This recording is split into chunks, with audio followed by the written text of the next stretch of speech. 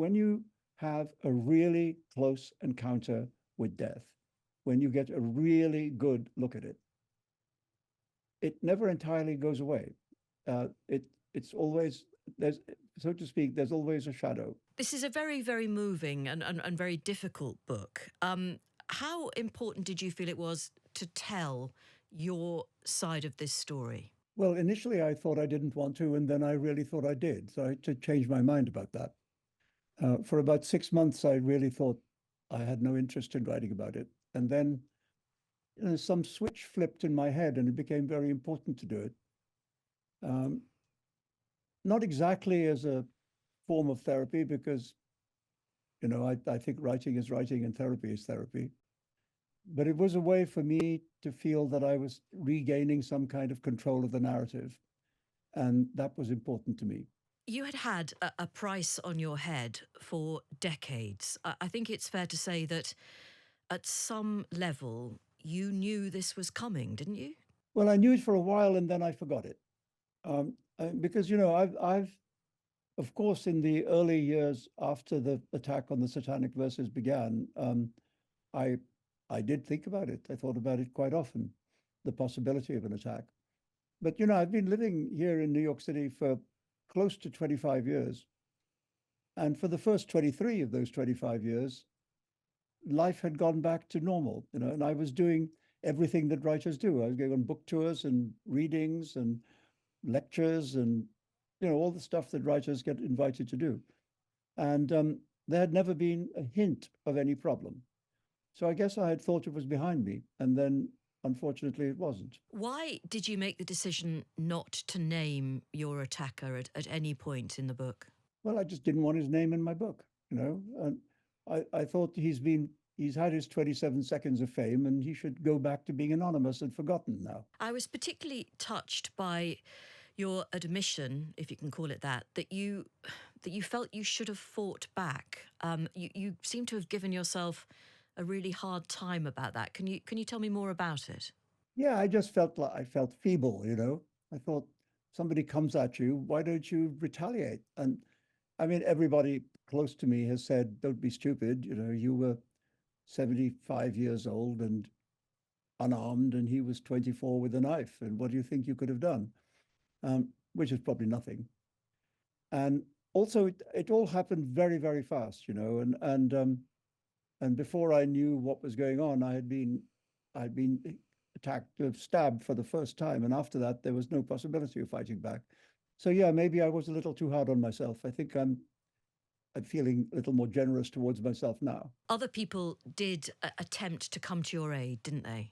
Yeah, well, not just attempts. They certainly saved my life. I mean, first of all, Henry Rees, who was the other person on stage with me, who was also not a young man. He's a man in his 70s, but he rushed across the stage and tackled this assailant, this armed assailant, and then amazingly, members of the audience from the front of the audience rushed up and helped him, and pinned down the attacker and restrained him, subdued him. And if that were not the case, I wouldn't be here to have this conversation. We should say that it occurred, the attack on you, at a very rarefied event. There was nothing about that day that should have made you particularly vulnerable or made you worried about what might happen. No, the Chautauqua Institution is a beautiful place. It's in Western New York, upstate New York State, and it's kind of bucolic and leafy and peaceful, and has a long tradition of talks that where people talk openly in an atmosphere of conviviality and so on. And I had actually spoken there before, about 10 or 12 years earlier, and it had been a very nice afternoon, and I assumed it would be the same. But this time, the attacker had somehow seen some notice of my being part of their summer program of events and used it to plan his attack. He hadn't read the Satanic Verses, had he? No, he hadn't read anything I'd written. I mean, I think by his own admission, he read at the most 2 pages of something I wrote, which I don't even know what 2 pages. And the internet is full of garbage. I don't even know if there were 2 pages by me. And And he'd seen a YouTube video or two in which I'd been interviewed. And that appeared to be enough to persuade him to commit murder, which is a big leap for somebody who's never committed a crime before. He didn't kill you, obviously. We don't need to emphasize Hmm. that. But you were very, very severely injured. And I confess that until I read the book, I hadn't realized quite how badly hurt you'd been.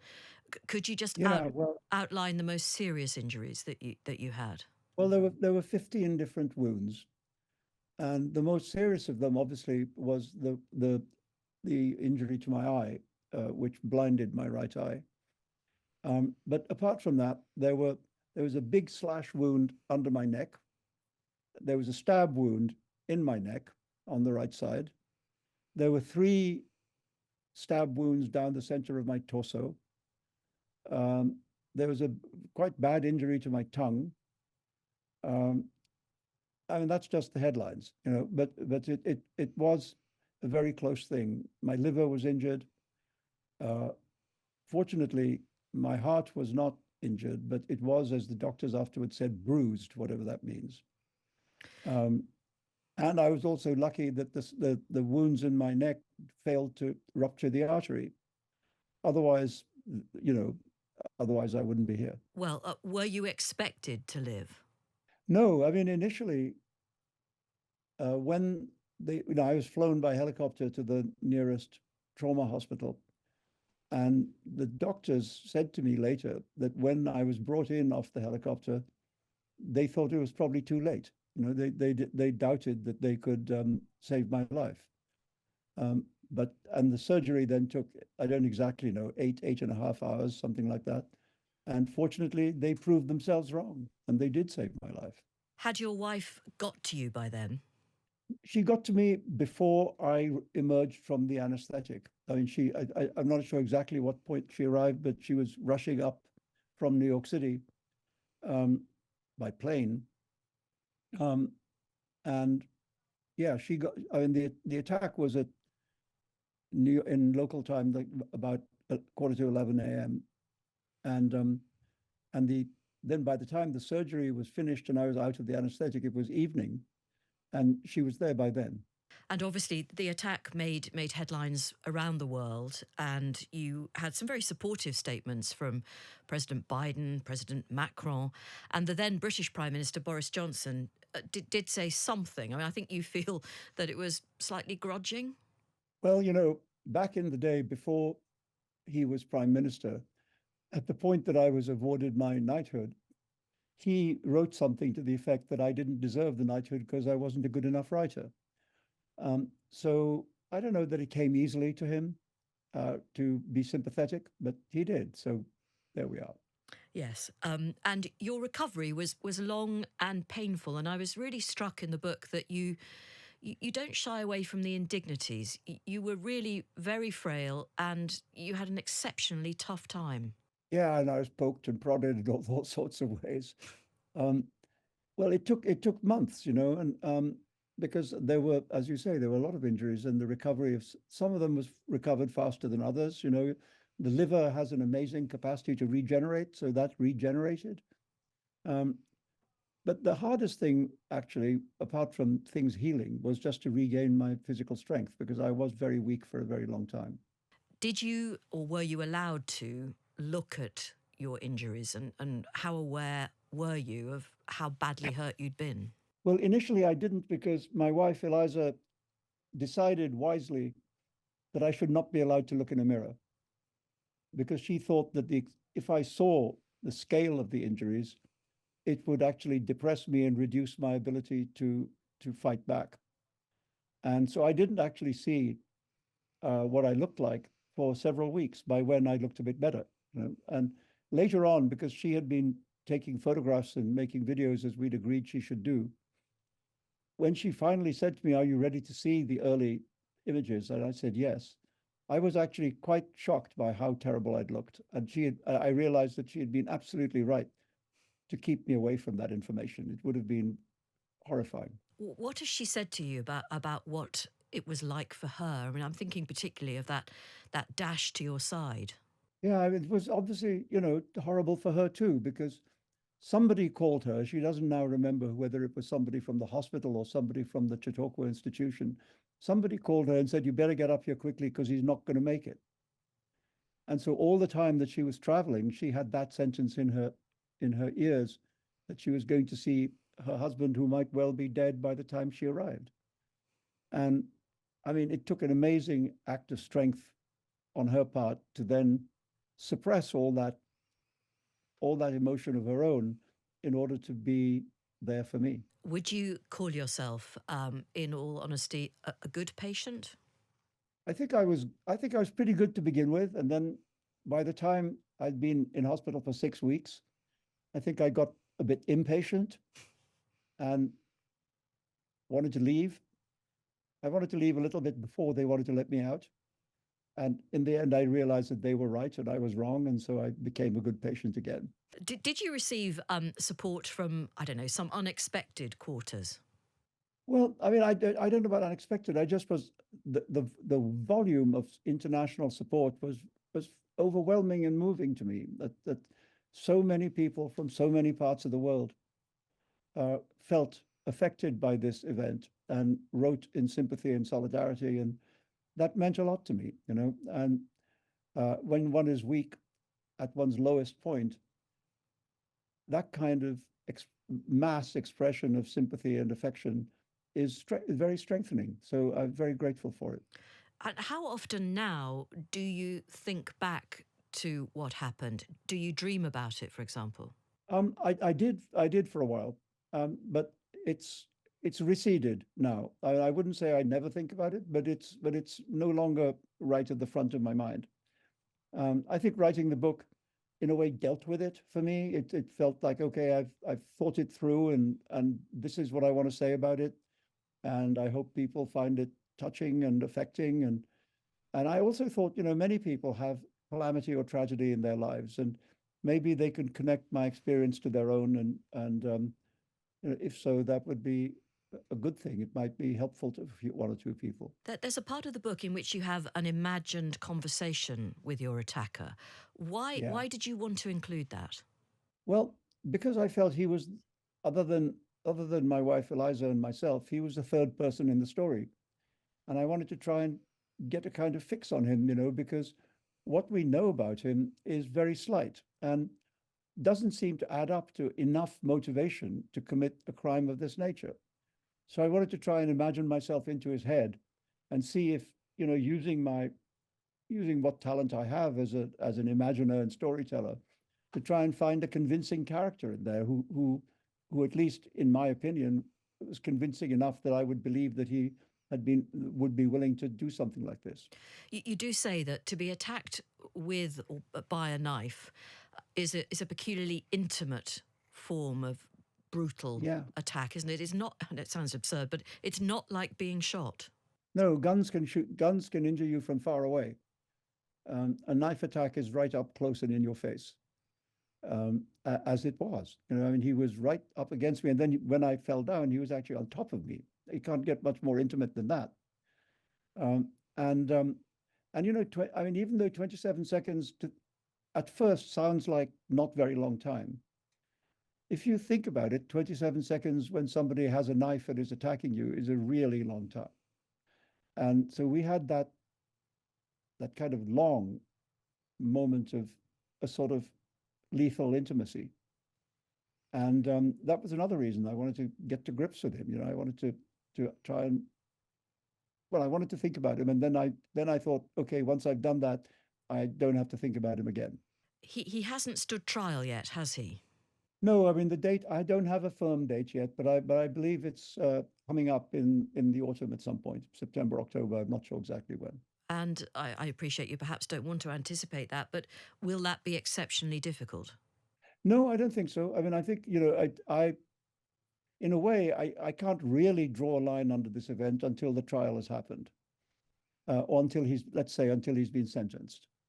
Um, and I believe, I mean, I've had a conversation or two with the district attorney, the local district attorney, who does want me to testify. And so if that is the case, and if I'm needed, I will go and do it. Yeah. bearing in mind not just this dreadful attack and the suffering you've been through, and Eliza and the rest of your close family as well, and the years before when it must have been, if not at the forefront of your mind, then definitely on your mind. Yeah, To what degree do you regret writing the Satanic Verses? not in the slightest, not in the slightest. I mean, I think it's one of the better books I've written, and you know, there are a lot of people around the world. I mean, it's published in more than 40 languages. There's a lot of people around the world who really like it. I mean, who even love it. And I don't see why their opinion is less important than the opinion of people who attacked it with mostly without reading it. No, I'm proud of all my books, and including that one. But you were attacked in such a vicious way with a knife. I mean, we could say that words are your weapons, but that Yes. there must have been times when you just felt they were they were not enough, or don't you feel that way? Well, I felt that way to begin with. Yes. I mean, I think, you know, the attack was in August of 2022, and really it was about February, 6 months later, before I could even think about words. You know, they just felt inadequate. And then I thought, oh, I guess I just pulled myself together a little bit and thought, this is the tool you have, so use it to respond. And that's what I did. I know I have read that you say if Donald Trump is re-elected, you would consider coming back to the UK to live. Is that the case? Oh, I think I spoke too rashly, really. I mean, I love coming to London to see family and friends. And by the way, they really like coming to New York to be here. So I'm not sure that I need to flee. Also, New York is not Trump country. You know, even when he was president before, New York still felt like New York. And I mean, he got almost no votes here. And I expect that to happen again. So there are parts of America that are Trump country and which are less likable to visit. But New York City is just fine, I think.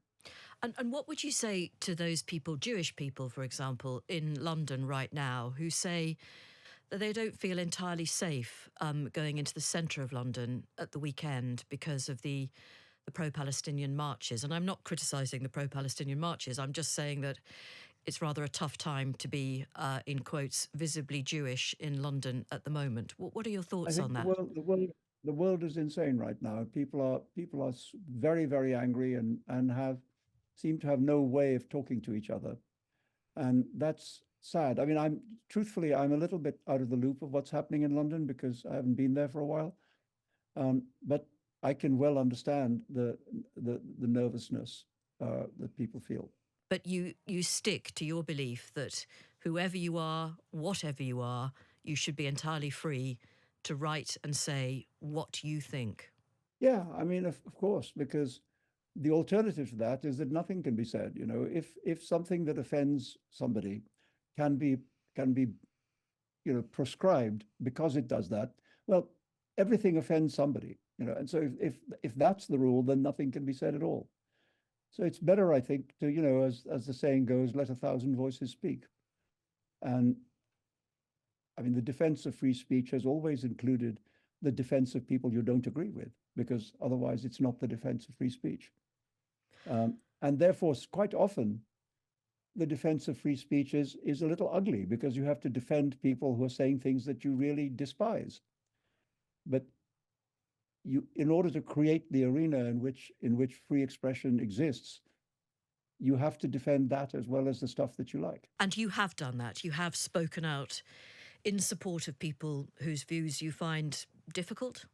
Yeah, I mean, of course, um, all the time. You know, people write books or make videos that I find them reprehensible, but to say that they should be banned is a step too far in my view.